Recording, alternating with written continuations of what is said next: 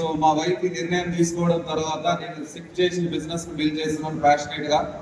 So dear leaders, నిజంగా చెప్తున్నాను, ఎందుకు అన్నానంటే ఈరోజు నేను చాలా చాలా హ్యాపీగా ఉన్నాను ఈ బిజినెస్ లోకి వచ్చినందుకు. సో మన పిల్లలకి ఏం చెప్తాము అని అంటే, మనకు కూడా చిన్నప్పుడు మన తల్లిదండ్రులు కానీ మన వెల్ విషర్స్ కానీ మన చుట్టూ ఉన్న వాళ్ళందరూ కూడా మనకు నేర్పించేది ఏంటి అని అంటే, అరే బాబు జీవితం మారాలి, మంచిగా బతకాలి అని అంటే బాగా చదువు జాబ్ వస్తుందని చెప్తా ఉంటారు. Yes or no? మనకు కూడా అదే చెప్పింటారు రొటీన్ గా. మనకే అలవాటు అయ్యి మన పిల్లలు కూడా అదే చెప్తా ఉంటాం ఏంటి అని అంటే, మంచిగా చదివితే జాబ్ వస్తుంది, జాబ్ వస్తే లైఫ్ మారుతుంది అని చెప్పేసి. Yes or no? ఒకసారి ఆలోచించండి.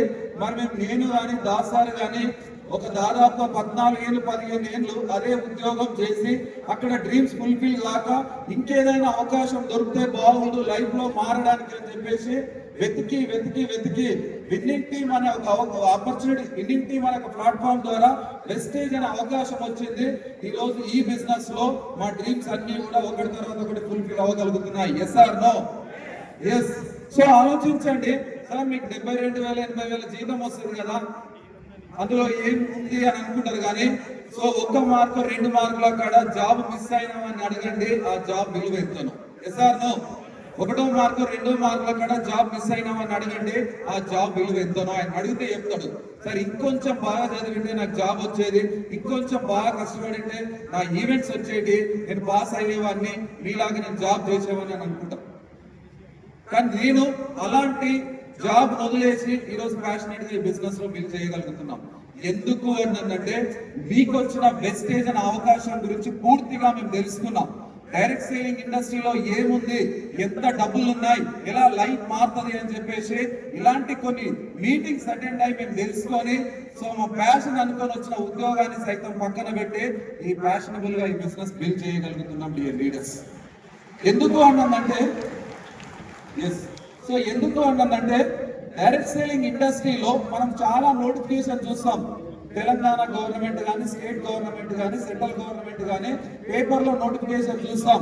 10,000 పోస్టుల భర్తీకి, కానిస్టేబుల్ పోస్టుల భర్తీకి ప్రభుత్వం గ్రీన్ సిగ్నల్ అని చెప్పేసి. Yes or no? తర్వాత సెంట్రల్ గవర్నమెంట్ లో ఒక 20,000 పోస్టుల భర్తీకి రైల్వే ఆమోదం తెలిపింది అని చెప్పేసి. ఒకసారి ఆలోచించండి, 10,000 పోస్టుల భర్తీకి ప్రభుత్వం గ్రీన్ సిగ్నల్ ఇస్తే 10,000 ఒక్క పోస్టుకి వెళ్ళినా కూడా మనకు ఉద్యోగం రాదు. Yes or no? 20,000 పోస్టుల గవర్నమెంట్ అనౌన్స్ చేసినప్పుడు 20,000 ఒక్క పోస్టుకి వెళ్ళినా కూడా ఉద్యోగం రాదు. కానీ ఈ direct selling, network marketing, Vestige అనే ఇండస్ట్రీలో మీకెవరైనా నాకెవరైనా కండిషన్ పెట్టిర్రా ఇంకే మందిని జాయిన్ చేయాలని చెప్పేసి? మీకెవరైనా నాకెవరైనా 5 మందిని జాయిన్ చేయాలి, 10 మందిని జాయిన్ చేయాలని చెప్పేసి మన కండిషన్ పెట్టిరా?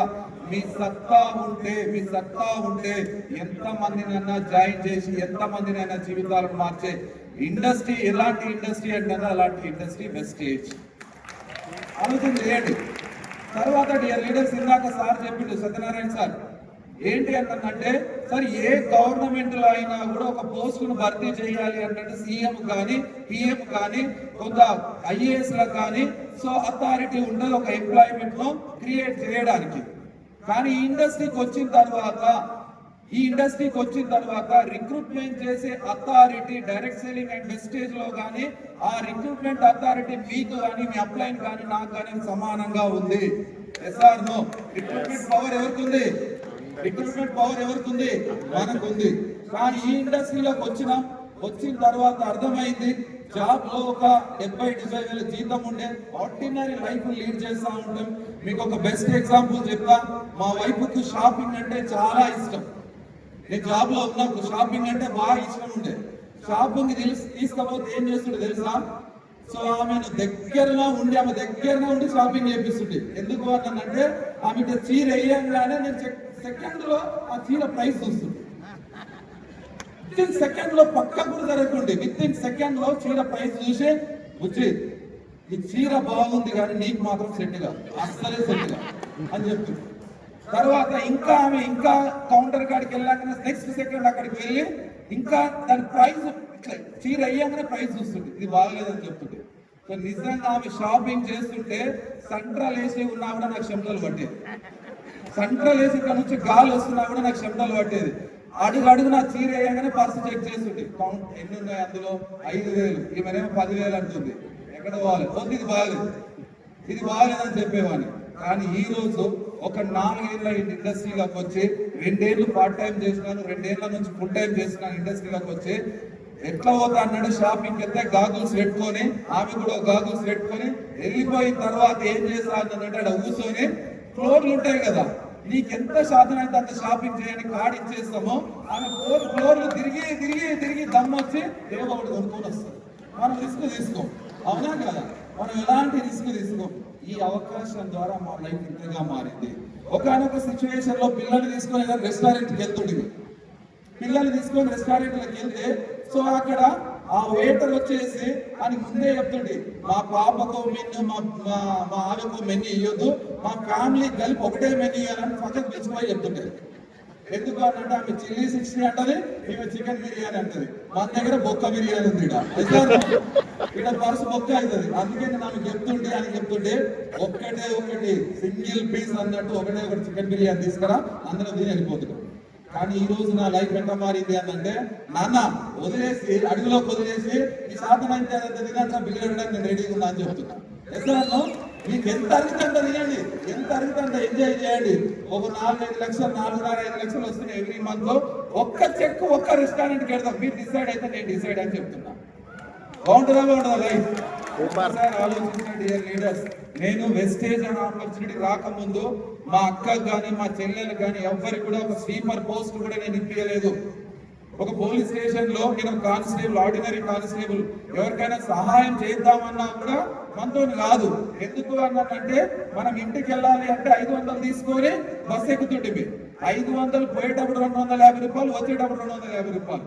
మధ్యలో ఎవరైనా సిగ్నల్ కాడ 50 రూపాయలు దానం చేయని అడిగింది అనుకో, మనం 50 రూపాయలు దానం చేసినాం అనుకో, నెక్స్ట్ వచ్చేటప్పుడు అదే సిగ్నల్ కాడ మనమే అందుకని 50 రూపాయలు అడుక్కొని మళ్ళీ బస్ ఎక్కి రావాలి. ఎసానో ఉద్యోగంలో ఇలా ఉండే, కానీ ఈరోజు ఏసీ కార్ బయటకి తీస్తే full tank to full tank, మధ్యలో ఏ ట్యాంక్ లేదు. ఎసానో సో ఇలాంటి లైఫ్ ఈరోజు లీడ్ చేయగలుగుతున్నాం. కానీ ఈ ఎంత వండర్ఫుల్ ఆపర్చునిటీ అన్నదంటే డియర్ లీడర్స్, నేను ఇంతకు ముందు ఎవరికి కూడా సాయం చేసేవాడిని కాదు. ఈ బిజినెస్ లోకి వచ్చిన తర్వాత నేను ఈ అవకాశం తీసుకోవడం వల్ల నేను బాగుపడమే కాకుండా ఈ ఒక్క అవకాశం ద్వారా ఎంతో మంది జీవితాలను డైరెక్ట్ గానన్నా ఇండైరెక్ట్ గానన్నా సో కదిలించగలుగుతున్నాను. ఫైనాన్షియల్ గా కానీ, ఎథిక్స్ పరంగా కానీ, మోరల్ వాల్యూస్ పరంగా కానీ, విన్నింగ్ టీం నేర్పిన సిస్టమ్ ద్వారా కానీ, ఎలా ఉండాలి మనిషి, ఎలా ఎదగాలి, ఎవరితో ఎలా మాట్లాడాలి, ప్రతిదీ కూడా చిన్నపిల్లదానిలా ఈ సిస్టమ్ లో నేర్చుకొని ప్రతి ఒక్కరి జీవితాలను కదిలించగలుగుతున్నాం. అలాంటి అవకాశం మీ దగ్గరికి ప్రతి ఒక్కరి దగ్గర ఉంది.